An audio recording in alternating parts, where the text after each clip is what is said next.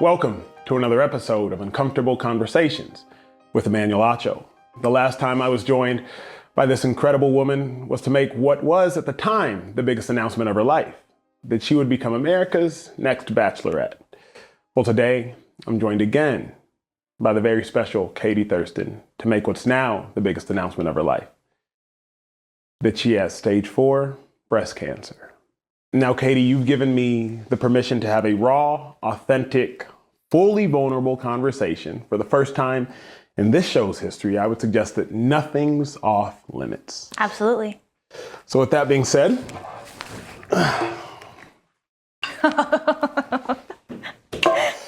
oh no. Okay. let's get uncomfortable. Katie, I would be remiss if I just asked, how are you? So let me ask a much more pointed question. How are you feeling right now?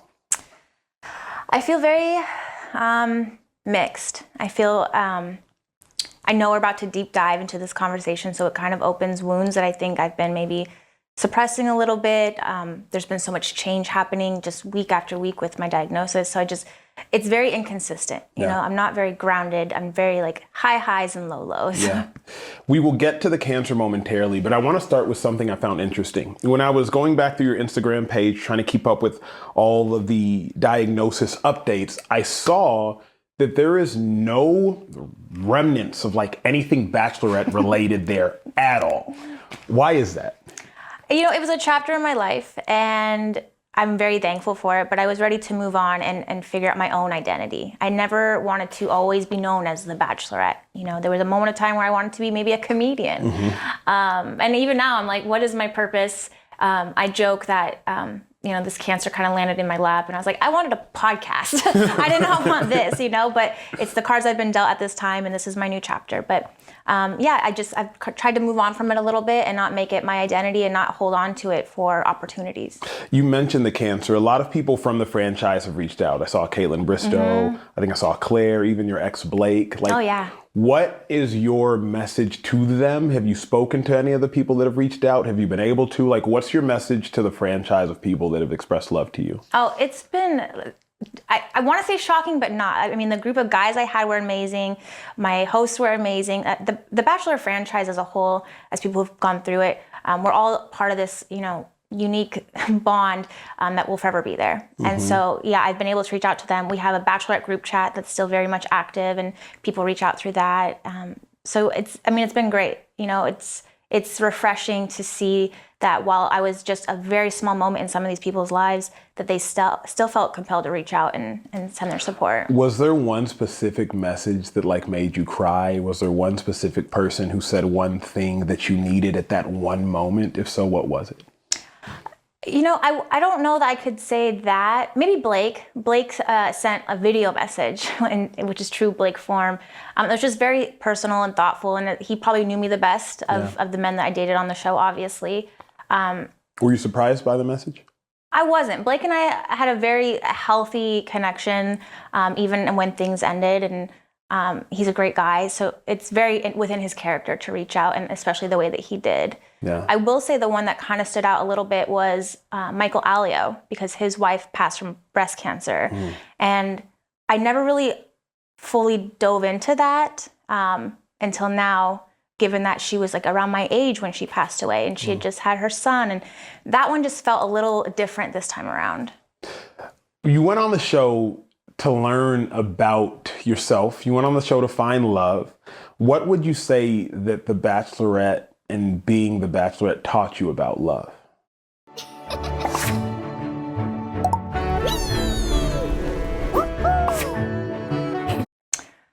Probably just not to settle. You just got to be your fullest self. And I think it took me a long time to do that, even on the show. You know, you have all these eyes judging you and this audience judging you. And I had to eventually make decisions that were for me. They weren't for anybody else except for me. And you know, ultimately that has now led me to my husband, because him and I are just our fullest raw self, goofy, dorky, funny, angry, crazy, you know, all of it. And we accept each other for it, and it's working. Let's talk about Jeff. That is, right? So y'all met in the spring, summer of 24. Yeah. spring, summer of 24. How did y'all meet? I heard somebody slid in the DMs. Is this true? Yeah, we followed each other on social media. I don't remember who initially engaged on a personal level because, you know, it starts off with like the stories. You like a story, you compliment the story, you like a post. And then one day he said, you know, if you're ever in New York, let's grab a drink. And I was like, sure, if you're ever in LA, let's grab a drink. And then he was in LA, but he never reached out. And I was like, what the heck's going on? Well, come to find out, he was in the hospital. And so I reached out to him and said, hey, you know, here's a virtual drink for now. We'll have to reschedule. Hope you're okay. And then that night while he was in the hospital, we just talked nonstop via text. No, none of this like wait 2 minutes, 2 days. Like we were just like, I was staring at the dots moving and we were responding back and forth just for hours that night. And then I think within that same conversation, we made a joke about we'll have to coin flip to see who moves to which state when we fall in love. Who won the coin flip? Well, I'm in New York now, so I guess he did. Okay, let's fast forward. It's now August of 24 and you're engaged. Yes. How did you know that he was the one, and how did he plan the engagement? Yeah, it's so funny because him and I talk and try to remember, like, when did we have that discussion about, like, yeah, we want to be together forever? Because obviously a proposal, you kind of need to, like, feel it out a little bit, but I can't remember it. It feels like even before I got to, I think, even meet him in person for the first time, we talked so much. I remember a drunk call being like, I feel like I'm married to you. And I was just like, whoa. So, it's one of those things where they say like love at first sight or when you know, you know. I think it had to have been something like that. But he did plan to propose in Hawaii and it worked out great because it was just him and I early in the morning. And I, being the influencer I am, I brought a tripod. And so I was like, did you know he was proposing? I had a feeling, but not at this time. I'm in a bikini top and shorts. It's our first morning in Hawaii. So I brought a dress for when I thought maybe he would propose. Yeah. And so I set up the tripod to record camera and we'll take screenshots to get pictures, And then he just did it. And I was so shocked in that moment. I think in the video, I almost, my knees buckled, I almost faint. And then, yeah. Now I'm married. We'll get to how you go from being engaged to married, but now let's talk about the cancer. Mm-hmm. When did you find out you had cancer? Officially, it was February 5th, I think is when I got the main call. I guess maybe February 13th. It was February. It's all kind of a blur at this point, but yeah. What was the first thing that went through your mind when the doctor called you and said, Kay, do you have cancer? I think I was in denial. I mean, the whole process into that final call of we've checked the biopsy, it's cancer. I think I was in denial just because it didn't run in my family. I'm 34 years old. I've had a lump in my breast before and it was a benign cyst, so it was nothing and I had it removed and I kind of was mentally preparing for that. I think that's also why I waited so long. It was one of those oh, I'm moving soon, let's check this off the list. Mm-hmm. There were a lot of questions, a lot of unknowns. No one in my family could really guide on what to expect with breast cancer, so I was very much starting fresh. And I will say, I cried in a way that I've never heard myself cry. It was just devastated, beyond anything I've ever felt before. Probably the worst feeling of my life, if I'm being honest. Why? I mean, here I am, newly engaged, about to move to New York City to be with him and travel the world and do all these things that we had plans for. Starting a family this summer, that was actually the kickoff to even getting our own health in check. And this just is the biggest disruption, and you don't know what it means, especially as a young breast cancer survivor. Like I said, with Michael from my season, his wife passed away and she was young. And so I'm what does that mean for me? What does that mean for my future? And it's a very scary feeling. I want to ask something that I've been sitting with for a while since I saw you post it. You recently posted that they say to live like you're dying. Mm-hmm. But now that I am, it's easier said than done. Yeah. Do you feel like you're dying? I have moments. And I think that comes from reading from other people's experiences. I think just like others, there's a lot of unknown or people just aren't experienced with cancer. And, you usually hear stage 4, you hear that it's spread to the liver. And I think automatically people think like, oh, you have a short time to live. And that might be very much true for certain, places that people are in with their cancer diagnosis. For me, I'm trying to be very optimistic and feel that that's not the case for me. Not once has my doctor made it sound like that's the case for me. The medication and the route that we're going has been very positive for people. They measure it in like 5-year increments. And so, and it's a weird thing to say, but I'm like, I feel like at least I got 5 years. Truly, I'd like to think I have 20 or more, given, medical advancements and stuff.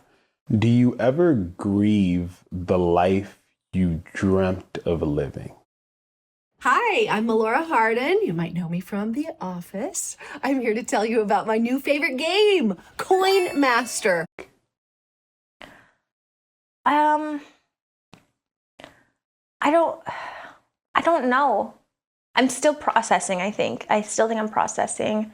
It is a weird reflection of, 2020, getting on reality TV and working at a bank, and how like simple my life almost seemed, even though it was very chaotic. But everything I've experienced has, I guess, prepared me for this moment. And it sounds weird to say, but sometimes I'm like, well, of course I get cancer. And that's not to say like I pity myself, but it's like I've gone through a lot of hard stuff in life.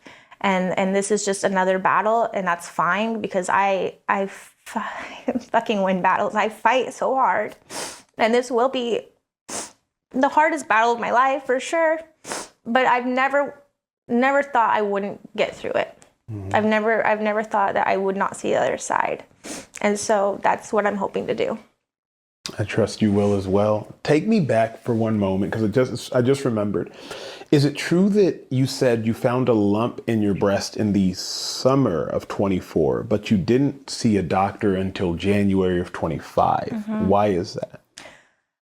There's several layers to that. I think and this sounds so stupid, but the one thing I wish that didn't exist was Google search for medical help. My lump hurt, and so I Googled, does breast cancer hurt? And I think even to this day it still says, typically no. And so here we are looking for this confirmation bias of like, okay, well then it's not breast cancer. And, with women, we go through our period, or we go through working out, and then we have pains. And like I said, I'd had a lump before that was non-cancerous, and it was removed and it was fine. And so it was one of those things I was delaying. And then you get to the holidays, we have an engagement party. We're seeing the families in the other states. And then come January, it's like, okay, it's a new year, time to get things together and, check these off your list. So I just kind of went in with low expectations. I thought this is going to be nothing. And in January was the first appointment, and they simply they feel it and they refer you on to the next appointment, which wasn't for a few more weeks. And that's when you have a mammogram, a breast ultrasound, a biopsy. And then you start to realize So when they felt it, did they know something was wrong? When they felt it, it almost just felt like a step for the next step. It was like, yep, you can have the referral now, and you can see a specialist. She never said anything. She just confirmed yeah, there's a lump there. And then you see the specialist, and then what happens? So I went to see a specialist for a breast ultrasound, and that was the first time I felt something was off, because I remember the breast ultrasound I had when I was 20 years old. Within that same appointment, they were like, oh, it's nothing. They're showing me, they're talking. The energy is very light.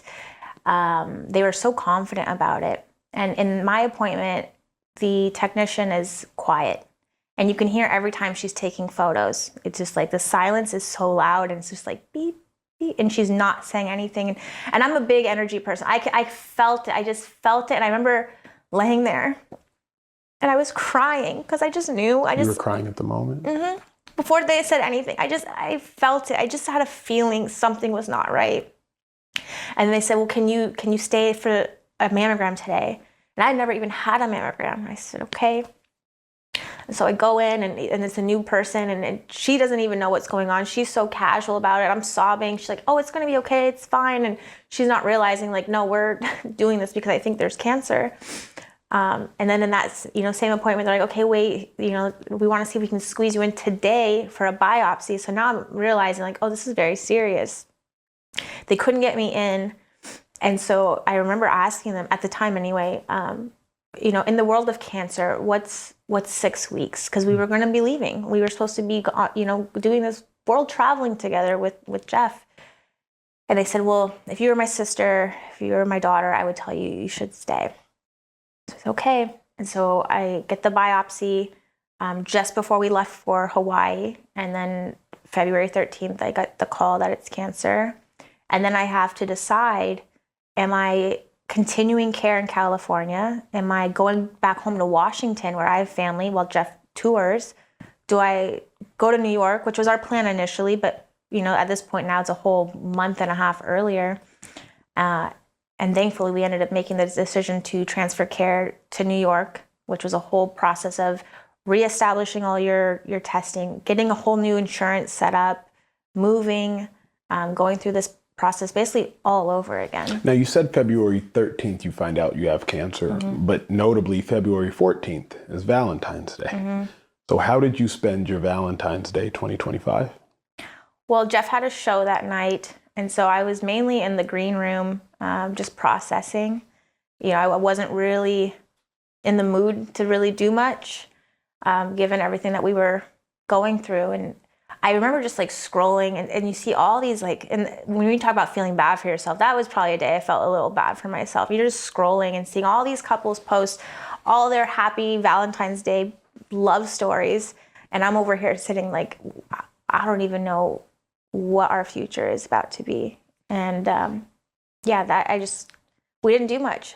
There was just so much heaviness surrounding the diagnosis that we essentially lost our week in Hawaii. We joke that in the future we'll go again and we'll redo it. But there was just so much heaviness. I was recovering from biopsy, so I couldn't even swim.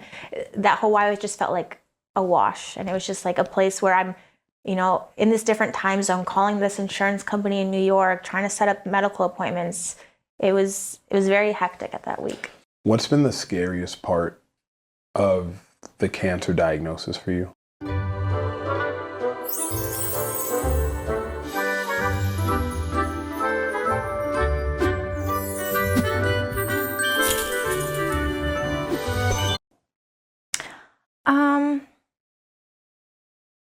I think chemo, which I actually am not doing anymore, but preparing for chemo I think was probably the scariest and what required the most preparation and understanding of, what to expect, how to prepare your body for it, all the medications that go into it with, recovery and just trying to live a somewhat normal life. You mentioned preparing for a family. I want to ask, because obviously you have dreams of a grandiose, or at least your picture perfect wedding. You have dreams of carrying children one day. How has your cancer diagnosis impacted your ability to carry children going forward? That's probably changed the most, week by week. And so that's where it's I haven't even been able to process the new adjustment. First I'm told, well, we're definitely not having kids this year because I got to focus on breast cancer. Then we're told, well, you're going to do chemo, so you should probably look into freezing your eggs because that can affect your fertility. Then you're told that it's stage 4 and you have a genetic mutation and that carrying a child yourself is going to put you at harm and therefore you should consider surrogacy. And so then it's just all these layers of this summer I thought we'd be trying and just a very normal, conventional life as a newlywed, And then now you're telling me that I have to hope that these 2 embryos that we were successfully able to save can then work via surrogacy. And there's no guarantee with that. And it's just a very heavy feeling to digest in a period of 4 weeks. Why does the conversation surrounding children get you so emotional? You have a plan. You have a plan that and this is it. I want to have children with this man, and I never even thought I wanted kids. And then I met someone who the idea of having a family with sounded very fulfilling. And, given how I grew up, I was this is my chance to do it right and have this healthy little family. And I just was never prepared to meet the ongoing limitations that I kept meeting like week after week of, what does our family planning look like in the future? I don't know. It's now very possible that I couldn't even have kids. When you utter that sentence, like it's very possible I couldn't even have kids, how's that make you feel? I mean, I don't even know that I have like the chance to fully digest it, because there's just so many layers of like what I'm fighting and trying to comprehend. Luckily Jeff and I have had very transparent conversations regarding that likelihood. And there is a little bit of relief that if that is what's in our future together, that we're okay with that. I think some people find having a child their one purpose in life, and if that's taken away, they don't know what to do. For me, it's just one piece of my whole life.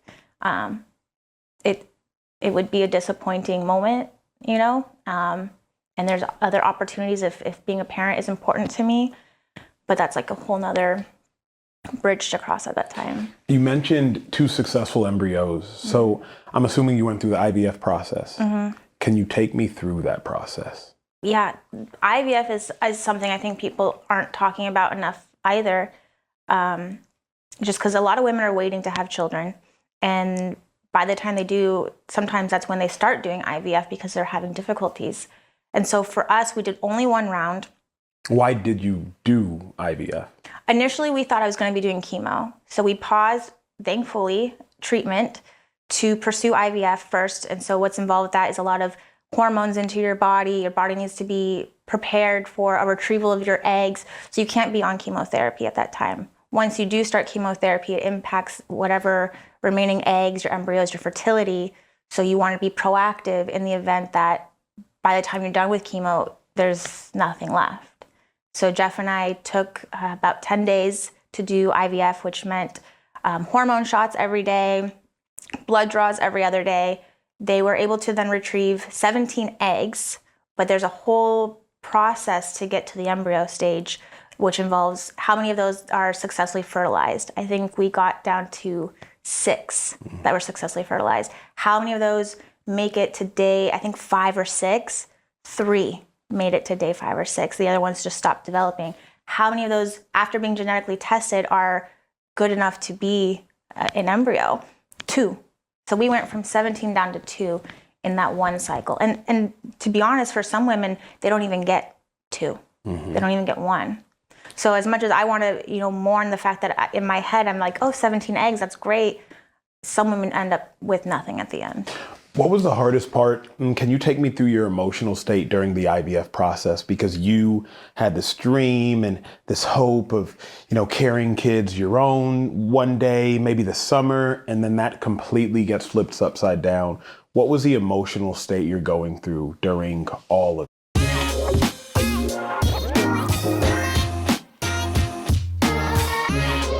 this? IVF was really hard. I think the first thing is they're giving you extra hormones, so you're just all over the place. And then when you get to reflect like why you're doing it, at least for me, it's because I have breast cancer. It's when those 2 realities sync up that it like really hits hard. IVF is already hard enough as its own experience, and then paired with cancer, it's a whole nother mental mind fuck. And I'm sorry, So yeah, I don't even remember your question because I'm just like trying to relive these emotions, and it's. What were they? Talk me through them. Take me through them. I think mostly sadness, obviously, just because I was so close to just like trying to start having a baby. I remember like I stopped taking birth control. I started trying to like reset my body, just get in a healthy mindset. Get our lives in check so that we could do this. And it's just such a 180 of where I was headed to then now have to go through IVF, which again, none of my family's done that. So I'm really relying on the support of, I guess, the online community for guidance and help on how to navigate so many unknowns in all of this. Do you ever feel sorry for yourself? I don't think I feel sorry for myself. I mean, I feel like sad. You know, I know I'm like I'm a good person, and a lot of people say like, oh, she doesn't deserve that to happen to her. And honestly, I don't think anybody deserves cancer. Good or bad person, no one deserves cancer. The thing I think that pushes me the most is I have this large audience, and I feel this privilege and responsibility to use it. And with that, I was able to take my diagnosis, and I always say turn pain into purpose. You know, and so as much as I can feel like bad for myself at times, sure, you know, I always kind of joke that this is the most inconvenient thing to happen to me this year. But I know I'm going to be able to do so much good with it. And then that in itself is like a healing feeling for me. That's an incredible train of thought. How did the cancer diagnosis change the dream wedding you always wanted? I mean, technically, I don't think anything's changed. If I want that, I can. It just, the timeline has changed. You know, planning a wedding takes a lot of mental strength and financial stability and all these different things. And right now, you know, I've been in New York for about 6 weeks. I haven't been able to do anything except like eat, breathe, and think cancer, you know? And so my hope is once I can be on this like plan that's working and it shows that it's working and this is just like part of my life now, mentally I can just kind of reset and go back to living. Why'd you decide to get married in a courthouse? It was actually very sweet. This will make me cry for sure. I remember in Hawaii, which is where I got diagnosed in February. I was in Hawaii. Jeff had shows there, and we were actually supposed to leave the country for his world tour. And we got the call that it's cancer and that you need to stay back and take care of it, you know. And it's so funny to think of like the first thought you have. And for me, I remember looking at him and being like, I hope you still find me beautiful. Which, you know, here I am like 6 weeks later, and that's the least of my concerns now. But like your first thought, you picture like what cancer looks like and how that's going to impact the relationship. And oftentimes it does for people, unfortunately. And him and I were just sobbing in this hotel room. And he said, I'll marry you tomorrow. And so I took him up on that. We did find out getting married within a day is not actually easy. There's a lot of processes to go through. But I think it was more of a statement for Jeff to really show, like, I'm here, like, in sickness and in health to get through this. And in his own words, he mentioned how powerful it is to say, like, that's my wife in there when it came to the treatment plan. And so it was just this this thing that we did just for us, and that felt very special. Why does that aspect of the conversation get you emotional? Is it you thinking about how you physically might change? Is it you thinking about how will he love you in the midst of that? Like, why does, because I can visualize it, like, why does that bring you to tears? When you're in this fresh relationship, like, we did everything very quickly. We got engaged in less than a year of dating, and this diagnosis was in less than a year of being together. And it's been such a strong and healthy bond that him and I have. And here it is being tested with one of the hardest moments of my life. There's almost like a sense of like relief or protection that like everything you thought about this love is accurate, that it is as pure and as strong and as good as you think it is. And he just continues to prove that with every action he makes. He rescheduled 6 weeks of his world tour. He was supposed to go to New Zealand from Hawaii, and he stayed home with me. And I can't be more grateful for that, because now that I've gone through it, I couldn't imagine doing that alone. And so it just makes me emotional to like feel so blessed to have such a strong partner with me at a time that I'm feeling my weakest. Yeah, he seems incredible. He's the best. He really is. Yeah. What's your biggest fear in the midst of all this? They just dropped a bombshell for anyone needing car insurance in Minnesota. Full coverage for only $19 a month for all. I mean, dying. I don't know how to say it lightly, but there is this constant measurement of time of like, okay, how long do people take this medication for? How long until my next scan to see what's happening? And, you know, it's so confusing because truly, like, we all are dying. Every day is like a gift. But there's just something so heavy about a diagnosis that makes you feel like you're constantly looking over your shoulder. And so I just want to feel like mentally at peace to truly be able to live. You know, like I said, the last 6 weeks, I haven't even been able to feel like myself. I haven't been able to like see friends. It's very hard to feel normal during this time. How's a cancer diagnosis at 34 changed the way you live? I feel like that's still to be determined. I think there's a lot of reflecting you do. You know, I see elderly people on the streets, and I think like what like a blessing for them to make it that far. You see children and you think what a blessing to be able to experience parenthood. And then you think of all the stupid fights you have with friends or family, and it really puts it into perspective of like, what was the point of that?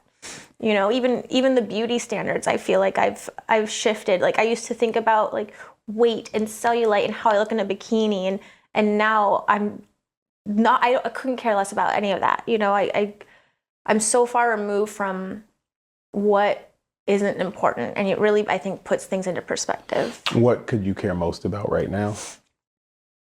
Beating this, and I know that's a strange thing to say when you're stage 4, because I think technically you can't. It's forever. But I'm very optimistic in modern day medicine. I'm very optimistic in that our body has a way of healing. You know, I do believe cancer is your body trying to protect you and disrupt whatever is happening. So I just want to feel like I'm in control and that I'm beating this.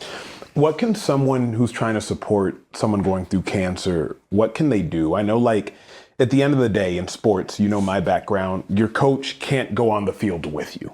So like they can yell from the sideline, but at the end of the day, like you are the one that has to actually be in the midst of the proverbial warfare. So as much as your loved ones, your friends, and even Jeff can support you, you were the one who was undergoing chemo. You know, you were the one who had to go through all of these different processes. Like, what can someone who wants to love and support someone going through cancer, what can they best do? I think the number one thing to do first is reach out. I hate to admit it, but I'm aware of who hasn't reached out, you know, and there's like a certain level of expectation of the friends and family in your immediate life that you hope to hear from. And when you don't, you start to kind of question that relationship. And I do understand that maybe it's hard for people to reach out, but even just sending a message of, hey, I'm thinking of you. You don't need to respond back. Sending you so much love, prayer, support, whatever it is, really goes a long way. I've had people reach out from as far back as high school that I had no expectations of hearing from. And when they do, it stands out.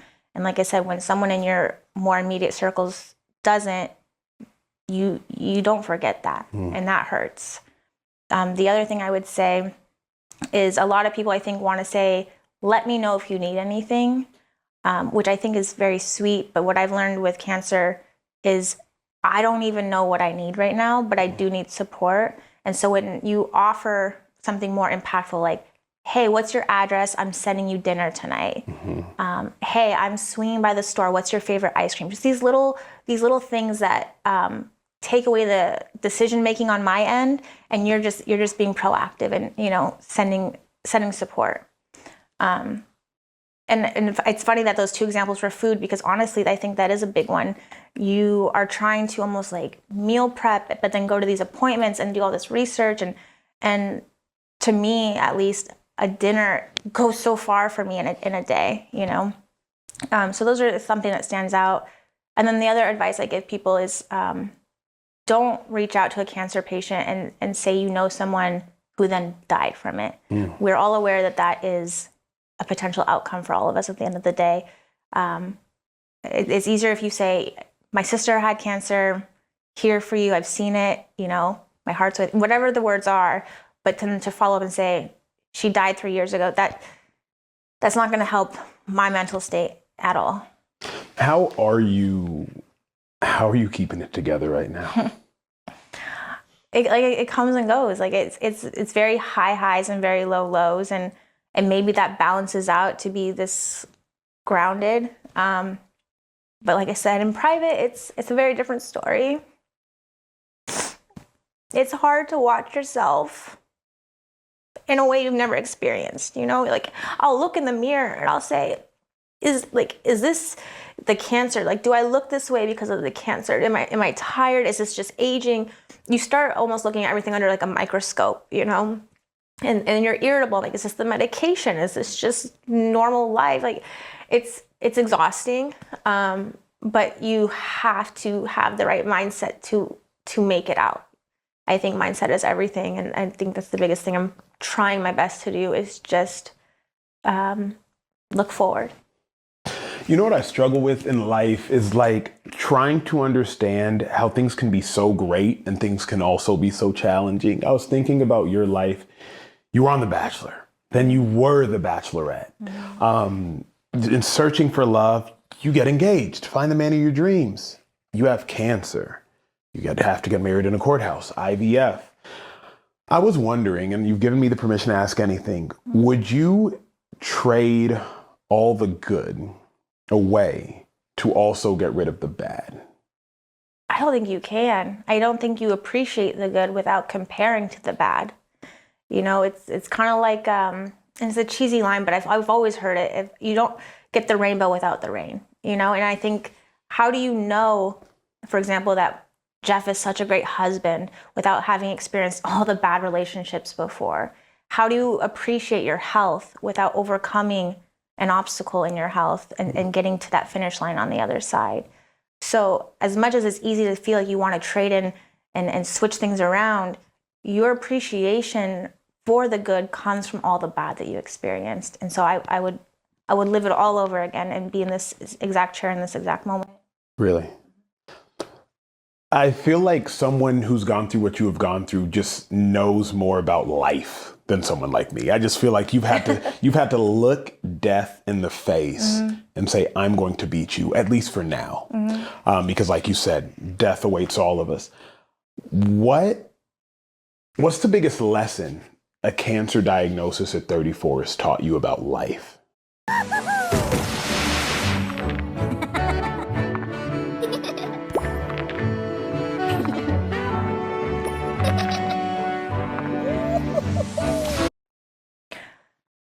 I think I'm still learning. I'm in the very beginning of it. When you think of a cancer patient and how long it takes to get to the other side or to mentally embrace the new life you're in, I think I really do. I don't even know I could give like an educated response of experience because I'm experiencing it. I think the biggest thing is just trying to just put things in perspective of like what's important and what's not, and what relationships are important and which ones maybe aren't. You really start to just kind of look at this like balancing act of like, let's focus on the good and does this really matter? Do followers matter? Does money even matter? Money doesn't matter if you're not around to even spend it. What still matters to you now? Health. Health is wealth is the new thing. And it's so dumb, but like, here I am now buying like an organic strawberry versus the regular one, and it's like $1 difference. But to me, that brings me mental peace of like, okay, well, I'm trying to be better for my body and to help my body have the resources it needs to heal. What are the hardest moments you go through every day?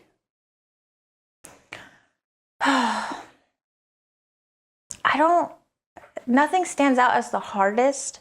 They're all very hard for their own reasons. I think being alone is the hardest if I had to pick something. And that's why I'm so thankful just to have this online community. Jeff travels a lot for work, so he's actually gone for the next couple of days, and soon this summer he'll be gone internationally. And so I can't imagine how people do this alone. And even if it's in an anonymous setting in a group, like there's something so special about support from others, but especially from support of those who've been in your exact shoes. it's one thing to hear support from you, and it's so great, and I'm appreciative. But to hear from another cancer survivor of like, I was on that exact regimen 15 years ago, that gives me probably the biggest hope. That gives me the biggest hope at the end of the day. And is hope what you need in this moment? Yeah, I think you do. I think you have to have a reason to live. I think you have to have something that makes you want to see tomorrow. And I think without hope, you don't have that opportunity. What's your reason to live right now? My family, my future, the life that I worked so hard to get to. The child me deserves to see what a family could be like, what a healthy future, a healthy marriage could look like. And that's kind of like my full circle moment for me. And I'm so close to it. Yeah. And honestly, I'm experiencing it too. And then that's what I have to try to remember is like, you can have cancer and still be in a very happy, healthy marriage. You can have cancer and still raise a family. And so it's just changing the expectations of what my new reality is going to be. I know what makes you cry right now, but what makes you smile? I mean, it's weird to say I don't know, which sounds sad actually now that I'm thinking about it. Jeff makes me smile. My new treatment plan in a weird way makes me smile or makes me feel at peace, because it's taken 60 days from the start to now to feel like, okay, here's the plan and this is what we're doing. Because up until the very last minute, I was even on a whole different treatment plan. And so I think the expectation of like what's to come is what makes me smile, because I can like be at peace. I don't think I've been at peace for 2 months. And it's a lot that you have to go through in the beginning. And yeah, when you say what makes you smile, I feel like I haven't really. Like it's been so much.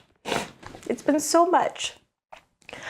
But I feel a sense of relief coming for just being on my new plan. Just moving forward. No more unknowns. I've consumed so much. I've learned so much. And I want to be back to like my normal self to the best of my ability. What does being at peace look like? Because I hear you when you say that. What's it look like for you? It means I stop reading about cancer. I stop researching treatments and holistic health. And I can go to a dinner with a girlfriend. I can plan a trip with Jeff. I can feel like a normal 34-year-old who lives in New York City, I just feel like tired, and I don't want to be tired anymore. What is there anything you want people to know about breast cancer? Like what would be your message to women who will watch this? What's your message about breast cancer? Breast cancer isn't reserved for our elders. It's not rare to be in your 20s or your 30s and have breast cancer, and that you need to be proactive about your health. I wish last summer there was someone like me telling everyone, do this, do this, do this, because maybe I would have taken my lump more seriously. Mm-hmm. And so that's all I'm hoping to do now is be that ongoing voice for other women. I know when I was first diagnosed, I truly thought I was some unicorn. I thought I was going to be some rare science experiment where they're going to be like, oh my God, how did this happen to her? This is crazy. And then I start doing my own research, and you look on different social media platforms and you find woman after woman after woman. And I'm like, why is no one talking about this? Like, I'm not rare at all. This is a thing. This is a whole thing. And we're not talking since COVID, because I know a lot of people like to go down this rabbit hole of vaccines. We're talking the last 10 years. It has been a common thing, and there's been an increase in breast cancer amongst young women under 4 years old. Yeah. And I just feel like that's not being talked about enough at all. And of course, there's a whole like political direction of like funding, and it's scary because this is the reality of women right now. And I want people to be aware and be proactive for themselves. I love that. Let me ask you, as we start to draw near your close, what's beating breast cancer look like to you? As you know, I love playing games, but nowadays the only game I play is Coin Master. For me, at stage 4, it would mean doing a scan and they would label it as no evidence of disease. It would mean looking at your body, knowing that technically it's in there since you're stage 4. It might just be so small it doesn't come up on a radar, but knowing that tumor is gone, that node in your liver is gone, and knowing that my testing is less frequent because I have shown no evidence of disease, and that's what I'm hopeful for. A year from now, what do you want your life to look like? A year from now will be in April. I hope that Jeff and I are crazy enough looking into a surrogate. I think because that is our new reality, and just trying to plan the life we want. It just might look a little different than what we expected, but the core of what our life is meant to be is still very much an option. Yeah. And then lastly, you said you're going to win this battle. How are you so sure? I think you have to be part delusional in life to get to where you want to be, whether that's in your health or your career. If you have a mindset of negativity, I really do believe that impacts what happens around you and even internally. And so for me, there's just not an option to not win. There's not an option to not win. I know that like 5 years from now, I'm going to look back and be so proud of myself for fighting. But I know I see that future. I see that future where I look at me now and go, oh, you poor thing, you don't even know the greatness that is ahead.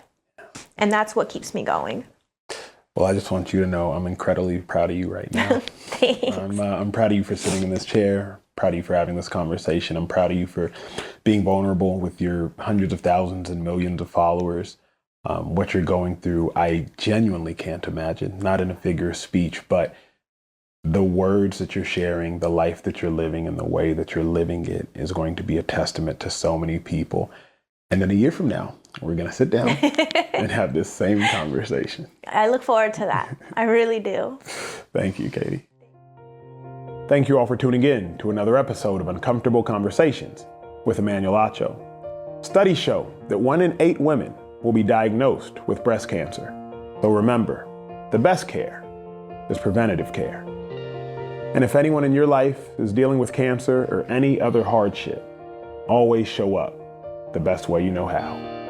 Remember, lives are being changed, hearts, they're being touched, and it's all because of you. We'll see you next time.